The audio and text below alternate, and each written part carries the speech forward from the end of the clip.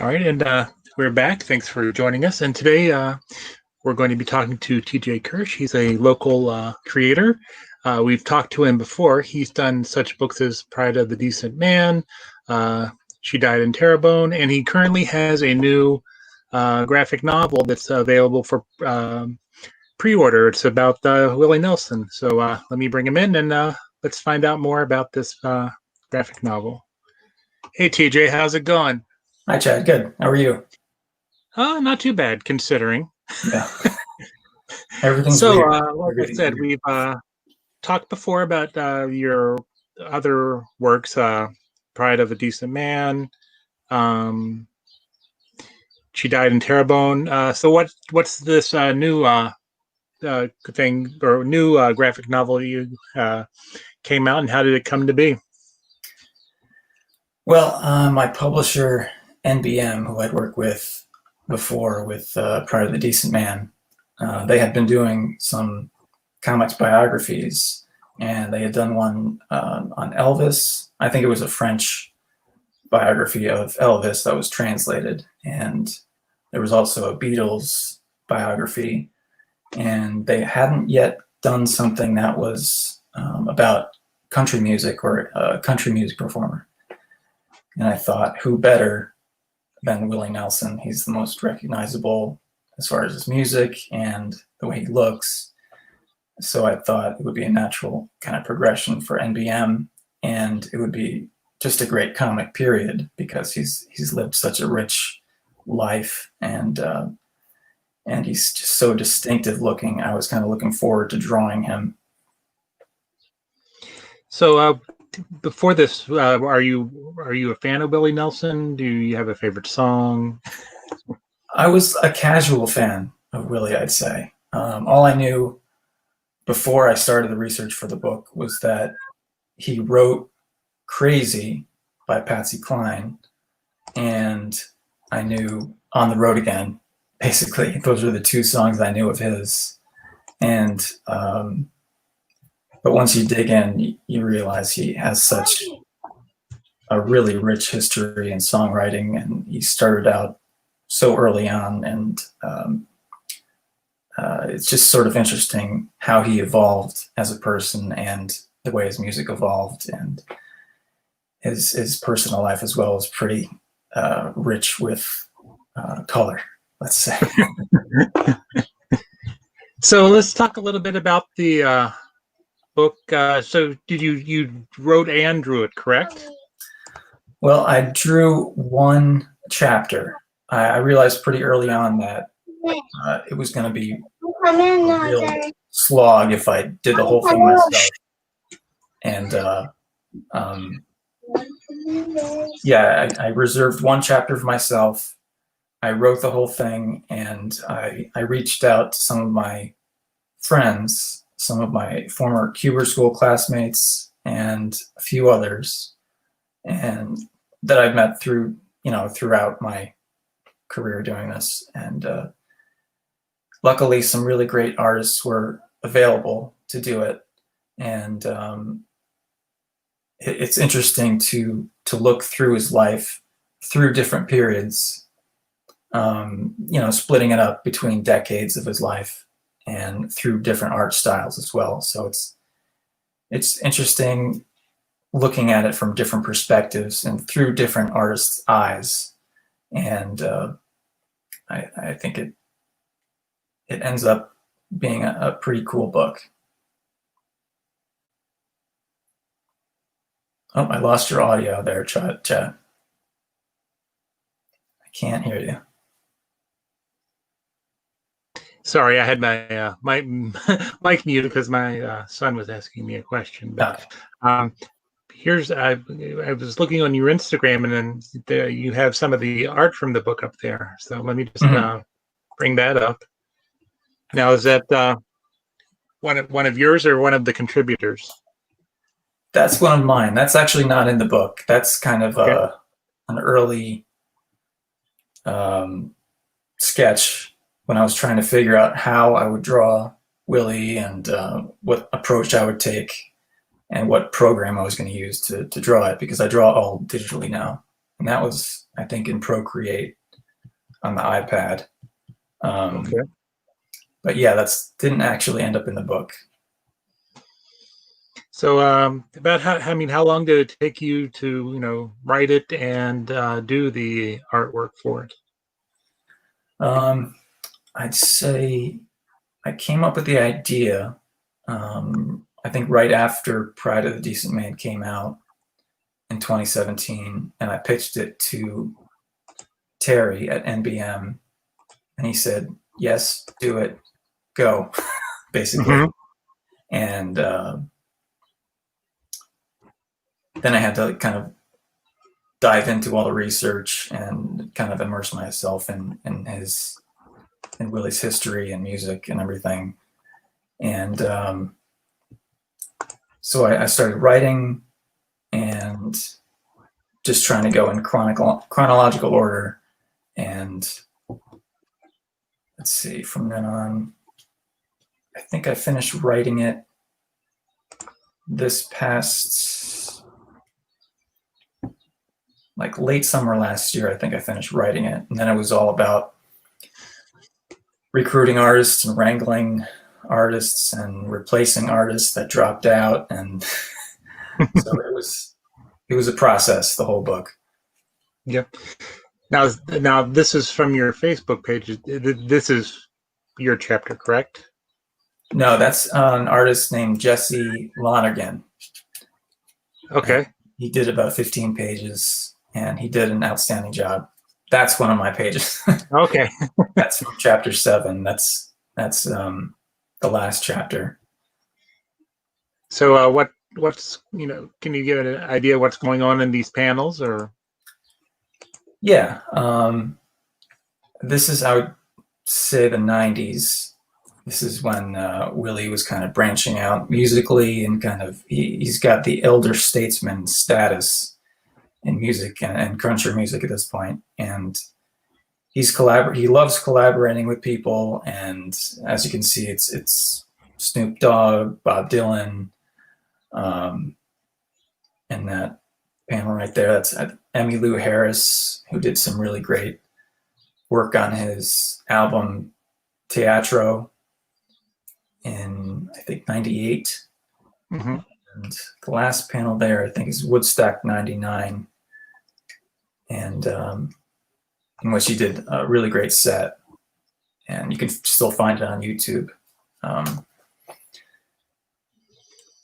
Yeah, let's see.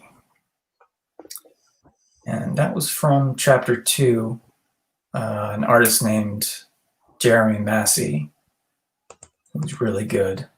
And this is 50s, late 50s,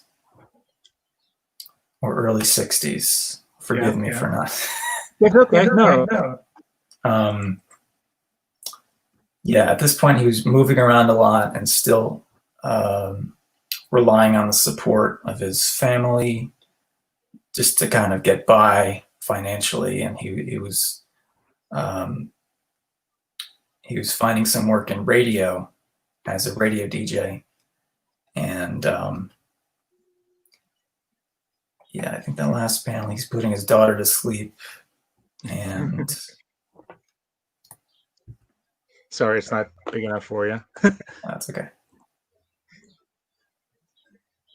And that was by an artist named Adam Walmsley. He's one of my good friends from Kubert School. He did the intro page, this one, and the outro page of the book. And he also provided really nice looking painted chapter illustrations for each chapter.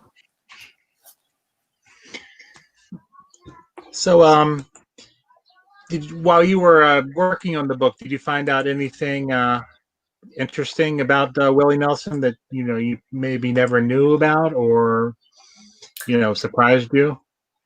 Well, like I said, and I didn't know a whole lot. I just knew, like, the very surface level things. I knew he smoked a lot of pot. I knew he had braids. I knew he wrote Crazy and On the Road Again.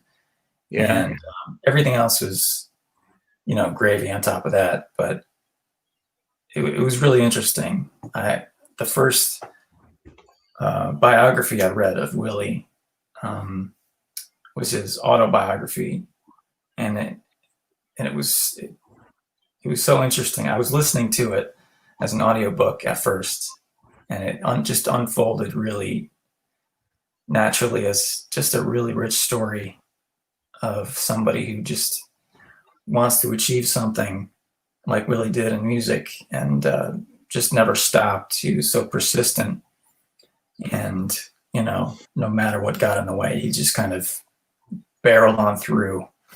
The only way he knew how was to just keep writing, keep performing, keep singing and playing. So, have you been working on anything else other than this book, or has it been, kind of this has been your main focus for the while, for the time being? After this book was wrapped up, well, we're still wrapping it up. It's about to go to the printer. There's still some editing and stuff to do, and but yeah, I wrapped up this book basically, and the end of last year, I decided to do some different kind of work in comics, try to represent people who were looking for publishers as a literary agent, people in comics mostly. And I'm also branching out into picture books and young adult chapter books and things like that. Just finding people's work and trying to connect them with publishers. And and I'm also working with an artist on a proposal for another graphic novel. This time, only one artist, not 6 or 7. That was work. That was some work. That was work, yeah. How did you, was there a key to managing, all the, different artists and making sure that they, met deadlines and were also kind of, because from the pages I've seen, it looks like they each did, kind of their own style for whatever chapter they were working on. Yeah. Well, basically, I didn't try to keep it to one style or anything, because I knew that would be impossible.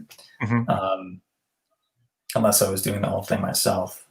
But, you have to let people do what they do, as long as the storytelling is clear. That's the main thing. Are they good at what they do? And is the storytelling clear? And does it contribute to the overall book itself in a way that's positive? And luckily, I was able to find some really talented people to work with. Are there any other biographic novels that you'd be interested, or people that you'd have you would like to do like a graphic novel novelization of in the future? I'm not sure. I haven't really given that much thought, just because this was so exhausting. I don't know that I'd do something similar to this, at least right away. And if I did do it again, I'd have to make some decisions. Working with fewer artists would be smoother a process, I'd say. Yeah, understandable. Yeah. So where can people go if they want to pre-order your book? They can go to Amazon. They can go to any independent bookstore. I know some of the bookstores locally here where we are might be able to pre-order it, like the Book House, Market Block Books. They can go to the publisher's website, nbmpub.com, to find out more about it. And available wherever books are sold. Oh, cool. Well, I'll be sure to include the links in the notes. So if people, are interested and want to check it out, then, would be easy for them to find. Yeah. Well, thank you. So I don't know if you're reading, anything currently that you would recommend. It could be comics, it could be a novel, anything like that. Is there anything like that that you are reading, or you went back and read during this time that you think that people would enjoy checking out? Or I've gotten very little time to read these days. oh, that's right, you have a kid too. Yeah, I've got a 4-year-old daughter, and yeah, so any kind of leisurely reading time is kind of out the window at this point. But when I try to read, I'm trying to get through Seth's book, Clyde Fans, which he started 20 years ago, and he just recently wrapped up last year, I think. So yeah, I'm looking forward to reading that all in, a few chunks at least, because it's a huge thing. You can probably see it on my bookshelf. Oh yeah. All right. All righty. Well, again, thanks for taking the time to talk, and can't wait to check out the book when it comes out. And if you ever have anything that you would like to, discuss, or have any other projects that I could help, get the word out about, then just let me know, and you're more than welcome back. Very cool. Thanks for having me, Chad. Help stay safe, stay healthy, and like I said, I understand. My son is 3.5 years old, and I'm trying to work from home, and my wife was home, and it's a crazy time all around. But we're getting through it. So hope you guys are doing well, and you too. I'll let you know when this goes up. And again, thanks for taking the time. Of course. Well, thanks for the invite, and yeah, we'll talk to you soon. Yeah, definitely. All right. Take it easy. All right. Bye. Bye.